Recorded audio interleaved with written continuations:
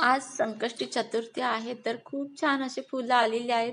तुम्हाला दिसत असेल व्हिडिओमध्ये 2 वेगळ्या कलरची आणि एक छोटंसं एक आहे ना, ते वेगळ्या कलरचं आलं होतं. तर मला खूपच भारी वाटलं, कारण दरवेळेला एकाच कलरची फुलं येतात. तर तो नारळ, ते नारळाचं झाड जे दिसतंय ना, ते मार्गशीर्षमध्ये पूजलेला नारळ आहे. तर किती मोठं झालं आहे बघा. तर बोलण्यामध्ये थोडं कन्फ्युजन होतं, तर सॉरी. आज संकष्टी आहे, तर गणपती बाप्पासाठी म्हणजे देवांसाठी फुलं आणलेत, दुर्वा आणलेत. आणि हे सुक्या लाल मिरच्याचं बी मी खोचून ठेवलं होतं, तर भरपूर सारी रोपं आलेली आहेत त्याची. तर आणि दुसरं पण भाजीसाठी टोमॅटो किंवा डाळीमध्ये टोमॅटो वापरते, तर त्याचं बी मी कुंडीमध्ये टाकलं होतं. त्याचं एक छान मोठं टोमॅटोचं झाड उगवलेलं आहे. तर मी कधी व्हिडिओमध्ये त्याला दाखवलं नव्हतं.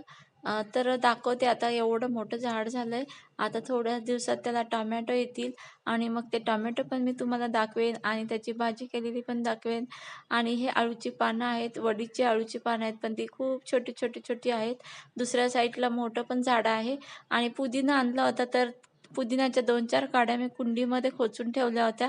तर तो पुदिना पण छान उगवलाय. आधी तर एका कुंडीमध्ये खूप उगवला होता, सुकून गेला. पुन्हा हा दुसरा नवीन उगवलेला आहे. तर तो मी पुलावमध्ये किंवा कशामध्ये पण मी घालते, बिर्याणीमध्ये पण घालते. खूप भारी लागतो आणि खरंच त्याची हॉटेलमध्ये पुदिना घालून बिर्याणी असते, तर घरामध्ये पण आपण वापरला ना, तर खूपच छान पुलाव आणि बिर्याणी लागते. हे तुम्हाला अळूची वडीची पानं दिसलीच असतील. आज संकष्टी आहे, किती वेळा मी सांगितलं, तर आता दही आणि खिचडी खायचं. या तुम्ही पण खायला. तर आजचा मिनी ब्लॉग कसा वाटला नक्की कमेंट्समध्ये सांगा. एवढं सगळं झाल्यानंतर मी किचन एकदम स्वच्छ करून ठेवलेलं आहे आणि आता परत एकदा सांगते, मी पूजा केलेली आहे.